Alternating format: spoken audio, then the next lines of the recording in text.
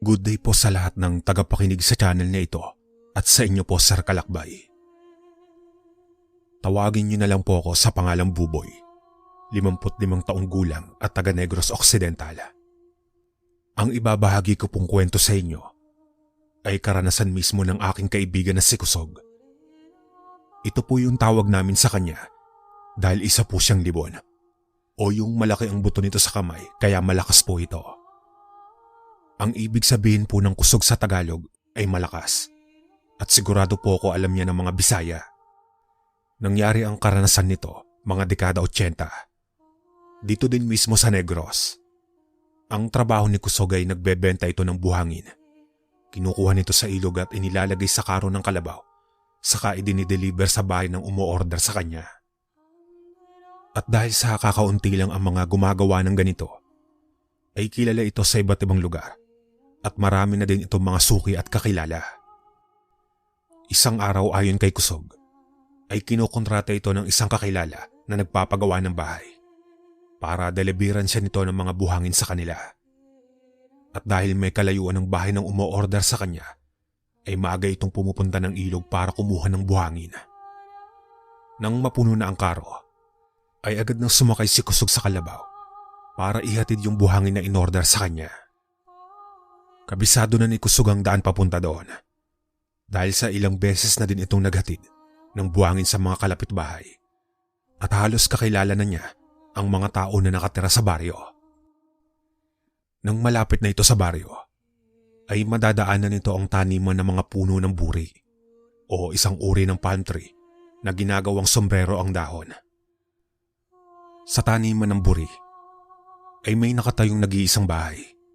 Nasa labas ito ng baryo dahil may haka-haka na ang nakatira ditong matanda ay pinaghihinala ang aswang. Kaya ilag ang mga tao na dumaan sa lugar na iyon, lalo na paggabi. At dahil hindi naman naniniwala si Kusog sa mga aswang, dahil sa lagi naman itong ginagabi sa pag-uwi galing sa pag-inom ng tuba, ay wala naman itong nakikita o nakakasalubong kaya dumadaan ito sa taniman ng buri para mag-shortcut. Habang tinatahak ng kanyang kalabaw ang taniman, ay bigla na lamang may dumaan sa kanyang harapan na isang babae. Kaya dali-dali nitong hinila ang tali para tumigil ang kanyang kalabaw. Nakita nito ang isang dalaga na nakatingin din sa kanya kaya ngumiti ito. Bagya namang ngumiti ang babae, ngunit bigla naman niya itong binawi. Nang sa gilid ni Kusog, ay sumulpot ang isang matandang babae at nakatingin sa kanya ng masama. Kaya nagulat ito nang makita ang matandang babae.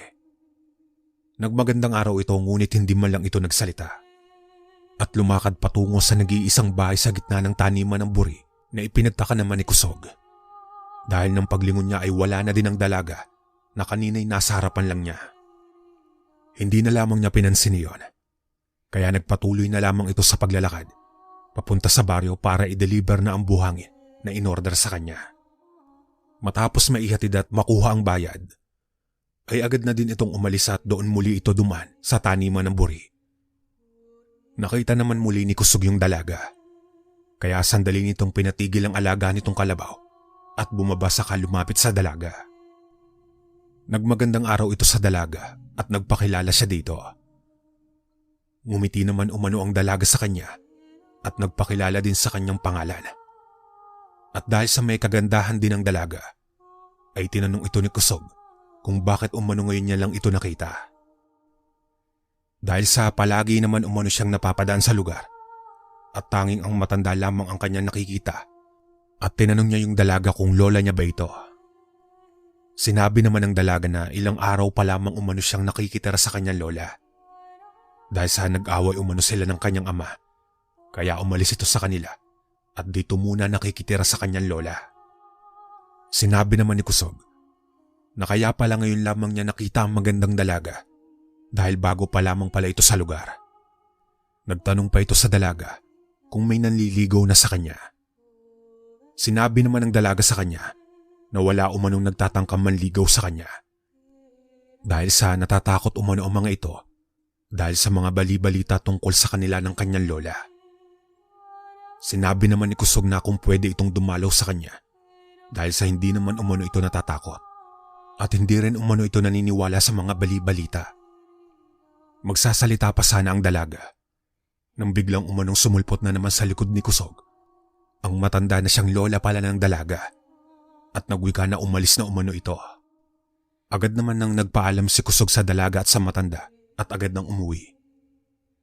Kinabukasan ay bumalik ito para mag-deliver ulit ng buhangin doon sa baryo at palagi niyang nakikita ang dalaga kapag napapadaan siya sa lugar. Napapansin naman ng mga ilang taga-baryo na nakakakita minsan sa kanya sa may taniman ng buri na kausap ang dalaga. Kaya binalaan nila si Kusog na mag-ingat dahil may lahing umanong aswang ang maglola. Hindi naman pinansin ni Kusog ang mga babala sa kanya ng mga tao sa baryo kung saan siya nagde-deliver ng buhangin. Tapos ay ipinagpatuloy niya ang pakikipag-usap sa dalaga. Ilang buwan din ang lumipas ay nagkapalagayan ng loob ang dalaga at si Kusog. Kaya nagsabi ito na kung pwede itong umakyat ng ligaw. Nag-atubili naman ang dalaga sa sinabi ni Kusog dahil sa magagalit umano ang kanyang lola. Pero gaya ng una ay nagulat umano si Kusog nang bigla na lamang sumulpot sa likuran niya ang matanda. At hindi gaya noong una na galit itong nakatitig sa kanya. Ngayon umano ay nakangiti na ito at sinabi pa na kung gusto daw nito ang apo niya ay formal itong umakyat ng ligaw sa kanilang bahay. Agad namang natuwa si Kusog sa narinig at hindi alintana ang mga babala sa kanya ng mga kakilala na mag-ingat sa maglola. Ilang gabi umanong dumadalaw si Kusog sa dalagang nililigawan at wala naman daw nangyayari sa kanyang masama. Kaya iwinaksin nito ang mga sabi-sabi na aswang ang mga ito. Isang gabi noon, sinabihan ito ng matandang lola ng dalaga na pumunta ito sa araw ng Biyernes. Dahil sa darating umano ang ama at mga kapatid ng dalaga, kaya dapat umanong pumunta si Kusog para makilala ang pamilya ng dalaga. Kaya agad naman umanong tumango si Kusog na tuwang-tuwa sa narinig para formal na makilala ang pamilya ng nililigawan. Ngunit pansin ito sa mukha ng dalaga na tila sumenyas ng hindi sa kanya. Hindi na nila nagawang makapag-usap pa ng dalaga at masabi ang gusto sanang sabihin nito kay Kusog. Dahil sa hinila na ito ng kanyang lola papalayo at bago umalis ang matanda, ay nagwika pa ito sa kanya na mag-aantay umano sila sa kanya sa Biyernes ng gabi. Hanggang sa sumapit yung araw ng pag-akyat ni Kusog ng ligaw para makilala ang pamilya ng dalaga. Kaya nakangiti itong naglakad patungo doon. May mga ilan pa itong nakakasalubong nakakilala at tinatanong siya kung saan ito pupunta dahil sa nakabihis siya ng formal. At nang malaman ng mga kakilala nito ang lugar na pupuntahan, ay napailing na lamang sila. Dahil sa ilang beses na nilang binalaan si Kusog pero hindi ito nakikinig sa kanila. Nang malapit na umano si Kusog, ay pansin niya na tila maraming tao sa bahay.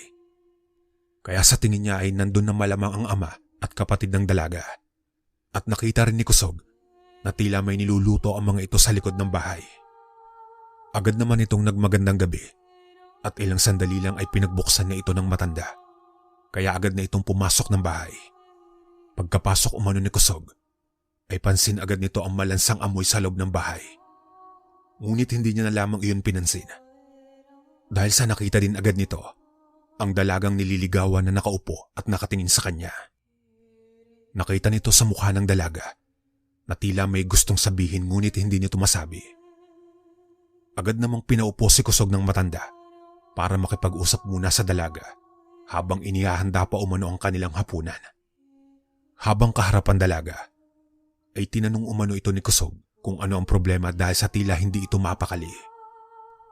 Akma na sanang magsasalita ito nang biglang lumabas sa kusina ang isang may edad na lalaki tapos ay lumapit sa kanila at umupo ito sa tabi ng dalaga. Sabay nagwika na kung hindi ba daw siya nito ipapakilala.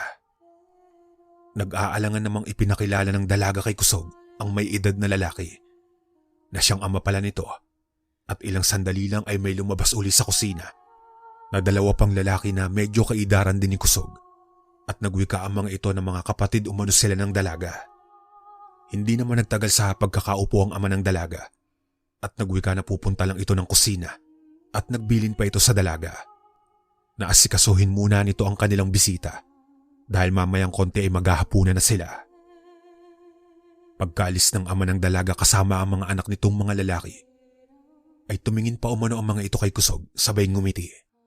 Nang mga sandaling iyon kalakbay, ay ramdam na rin pala ni Kusog na tila may hindi tama at mukhang totoo umano ang mga hinala ng mga tao tungkol sa pamilya ng dalagang nililigawan. Kaya nag-umpisa na din itong kabahan dahil sa mukhang mapapahamak ito kung hindi siya makakagawa kaagad ng paraan.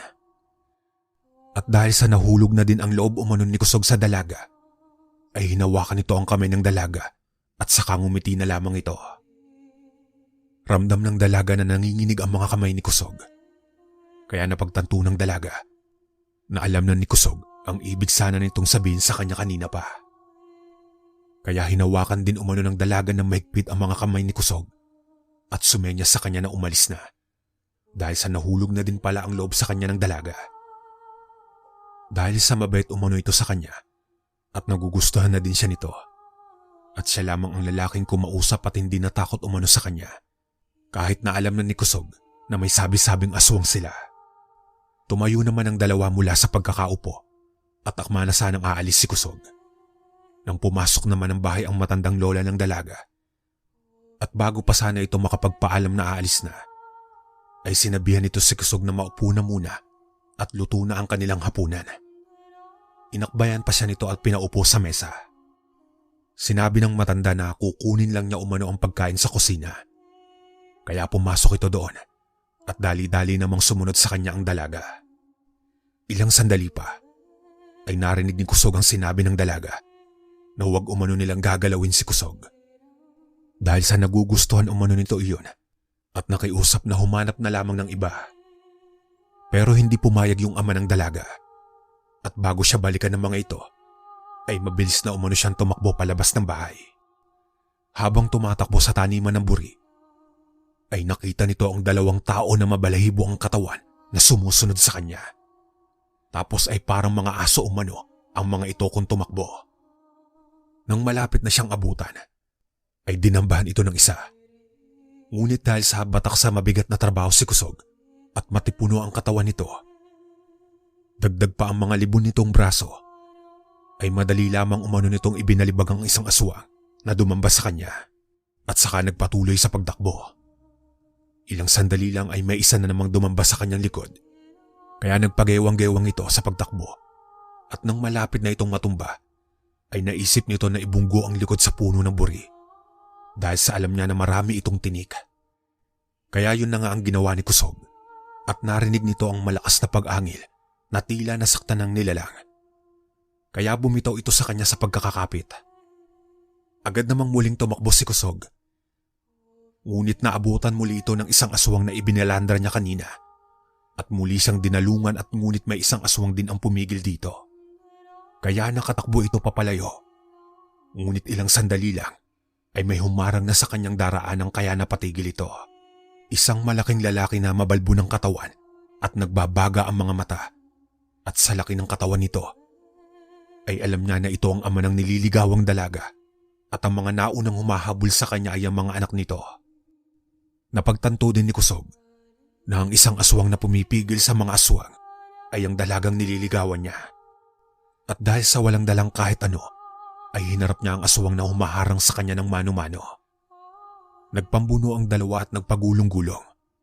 Bawat kalmot ng aswang sa kanya ay naiilagan umano iyon ni Kusog at nagagantihan niya ito ng suntok pero tila hindi umano ito nasasaktan.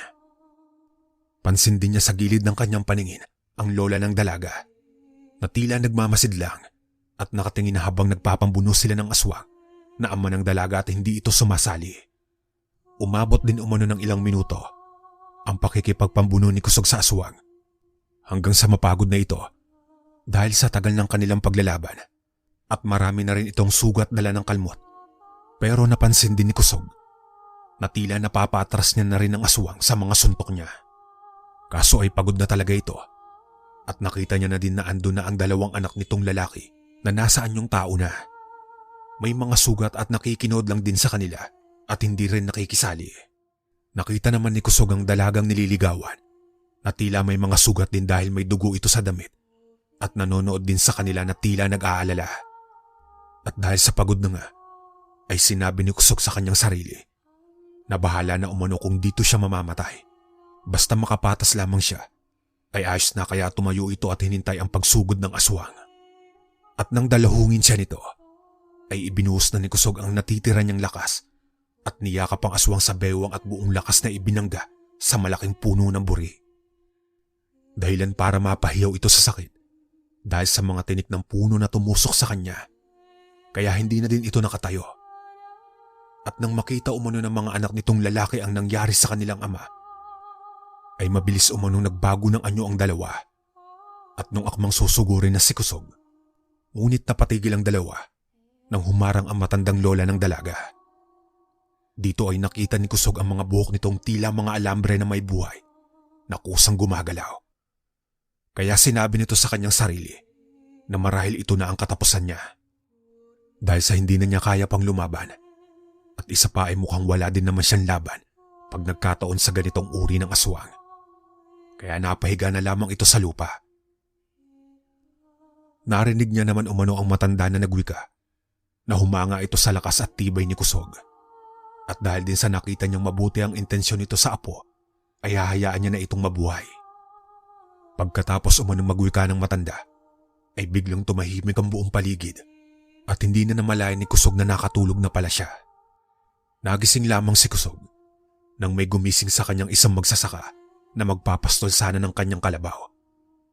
Nang makita umano siyang nakahandusay at duguan sa bakanting lote. Kaya mabilis siya nitong nilapitan dahil sa akala ay patay na ito. Nang may masmasan ay pinasakay umano siya ng magsasaka sa kanyang kalabaw at inuwi sa bahay nito para magamot ang mga sugat nito sa katawan. Nagtanong pa ang magsasaka kung ano ang nangyari sa kanya. Dahil sa marami itong tinamong mga sugat sa katawan, sinabi naman dito ni Kusog ang lahat na nakipaglaban umano ito sa isang aswang at nawalan ng malay pagkatapos. Nagtaka din ito dahil sa malayo ang lugar na kanyang napuntahan sa lugar kung saan ito nawalan ng malay at nakatulog. At dahil sa madaming sugat at malayo pa ang bahay nito, ay ilang linggo munang nanatili si Kusog sa bahay ng magsasaka. At ang anak nitong babae ang nag-alaga dito hanggang sa gumaling ang mga sugat ni Kusog sa katawan. Umuwi ito sa kanila at nakita ang gulat na reaksyon ng mga kamag-anak dahil sa nalamang buhay pa ito. Ang akala umano nila ay patay na ito dahil sa ilang linggo na itong nawawala at pinuntahan pa umano ng kamag-anak nito ang bahay sa may taniman ng buri kung saan ito umakyat ng ligaw noong isang gabi.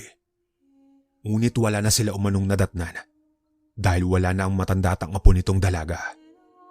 Nakita din umano nila ang mga marka ng dugo sa mga puno ng buri at iilang mga punit na damit ni Kusog, kaya naisip nila na marahil ay nabiktima ito ng aswang. Ikinuwento naman ni Kusog ang mga nangyari at sinabing maswerte umano ito at hinayaan pa siyang mabuhay. Sir Kalakbay, hindi na pumuling nakita ni Kusog ang dalagang nililigawan nito na isa palang aswang at salipay nakatuluyan naman ito ang anak ng magsasaka na nakakita sa kanya. Sa maniwala po kayo at sa hindi, ang istoryang ito ni Kusog ay totoong nangyari na siya din mismo ang nagkwento sa akin. Sana po ay magustuhan ninyo itong kwentong aking ipinadala. At sa mga listeners mo po, Kalakbay, sana ay maibahagi rin nila sa iba ang kwentong ito upang kapulutan ng aral na minsan ay hindi masamang makinig sa iba, lalo na't para naman sa ikabubuti natin. Dito ko na po tatapusin ang kwento ni Kusog, mga Kalakbay. Muli ako po si Buboy ng Negros Occidental.